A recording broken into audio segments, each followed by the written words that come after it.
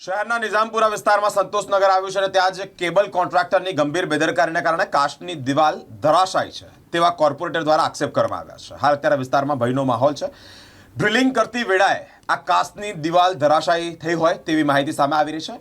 સ્થાનિક જે કાઉન્સિલરો છે અને અધિકારીઓ છે તેઓ ઘટના સ્થળે પહોંચ્યા છે અને હાલ અત્યારે કામગીરી કરી રહ્યા છે।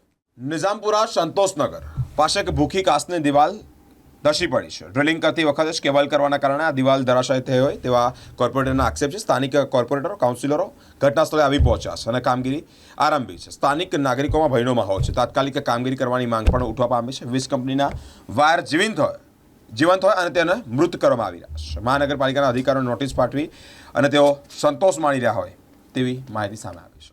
બસ હું પાછળના સોસાયટીમાં રહું છું। ધોવાની એક્ઝેક્ટ અમે પાછળ જ મકાન છે અમારા।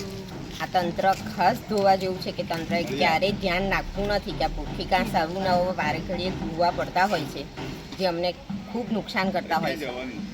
તંત્ર અને પુષ્પાબેન સિવાય કોઈ જ આ બાજુ આ ધ્યાન દોરવા આવતું નથી આ રોડ પર। એટલે ખાસ તંત્રને અમે એવી અપીલ કરીએ છીએ અમારા વતી સંતોષનગરના રહીશો, પાર્શ્વનાથના રહીશો, બેંક ઓફ ઇન્ડિયાના કે જે આ તંત્ર પાછળ ખાસ ધ્યાન રાખે કે આવું અમને હેરાન બહુ થઈએ છીએ જે એનાથી અમને થોડો છુટકારો મળે એવું ખાસ તંત્રએ ધ્યાન રાખવા જેવું છે।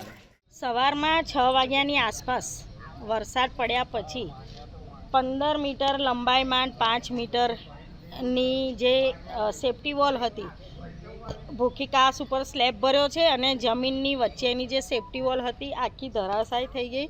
એ ધરાશાયી થઈ એના કારણે આટલો 5 ફૂટથી 7 ફૂટ જેટલો ઊંડો અને આ પહોળો ભૂવો પડ્યો છે। આ ભૂવોની જાણ કરી અહીંયા સ્થાનિક મહેશભાઈ પટેલે, એટલે તુરંત અમે સ્થળ પર આવ્યા છે। ગંભીરતા જોતા અધિકારીને જાણ કરતાં ઉત્તર ઝોનના કાઈ અને એમનો આખો સ્ટાફ આવ્યા છે। મેઇન વાત કેબલવાળાની છે, જે કેબલો મોટા નાખ્યા છે એના લીધે ડ્રિલિંગ થઈ જવાના કારણે આખી દિવાલ અહીંયા પડી છે।